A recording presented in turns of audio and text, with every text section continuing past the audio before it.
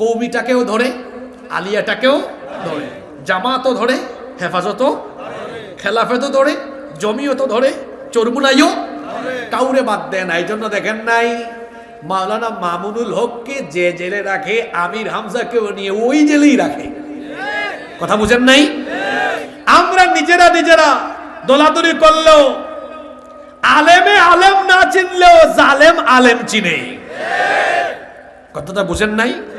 আলেমে আলেম না চিনলেও জালেমে। এজন্যই তো আমি বলি বাংলাদেশে আলেমে আলেমে বিভেদ ঘটায়, জালেমে জালেমে দুস্তি করে তারা মুসলমানদের উপরে নির্যাতন করার সুযোগ পেয়েছে। আলেমে আলেমে বিভেদ এখন জালিমে জালিমে দোস্তি, আলেমে আলেমে বিভেদ এখন জালিমে জালিমে দোস্তি। পথের ঠিকানা জানা নেই কারো, কে কোথায় পাবে স্বস্তি, কে কোথায় পাবে স্বস্তি।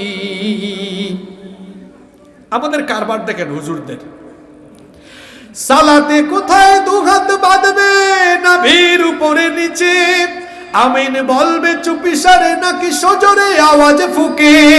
ছোট আর ছোট বিষয় নিয়েও চলছে ভীষণ দ্বন্দ্ব, সব দল ভাবে আমরাই ভালো, অন্যরা কালো মন্দ। ফরজ নিয়ে তো মারামারি নেই, নফলে সফল ডুব, টুপির আকার আকৃতি নিয়ে গবেষণা হয় খুব। কয়টা জামাত টুপি, এটা হেফাজত টুপি, এটা চরমুনাই টুপি, এটা তাবলিগ টুপি। বাংলাদেশে অনেকে টুপি দিয়া ভাগ করে তাদের দল শনাক্ত করে, আছে না নাই?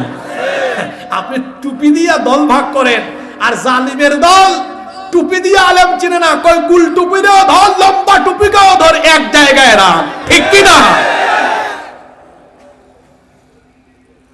ফরজ নিয়ে তো মারামারি নেই, নফলে সফল ডুব, টুপির আকার আকৃতি নিয়ে গবেষণা হয় খুব। এই সুযোগে আব্রাহা দেখো হাকিয়ে বেড়ায় হস্তি, জালিমে জালিমে দোস্তি, আলেমে আলেমে বিভেদ এখন জালিমে জালিমে দোস্তি। পথের ঠিকানা জানা নেই কারো, কে কোথায় পাবে স্বস্তি, কে কোথায় পাবে স্বস্তি।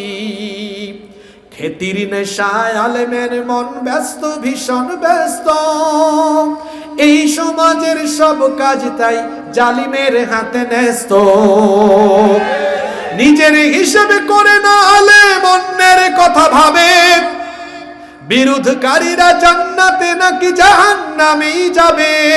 কাফের ফাসিক লক্ষ ফতোয়া পকেটে আছে জমা, আল্লাহর কাছে ছাড় আছে তবু তার কাছে নাই ক্ষমা।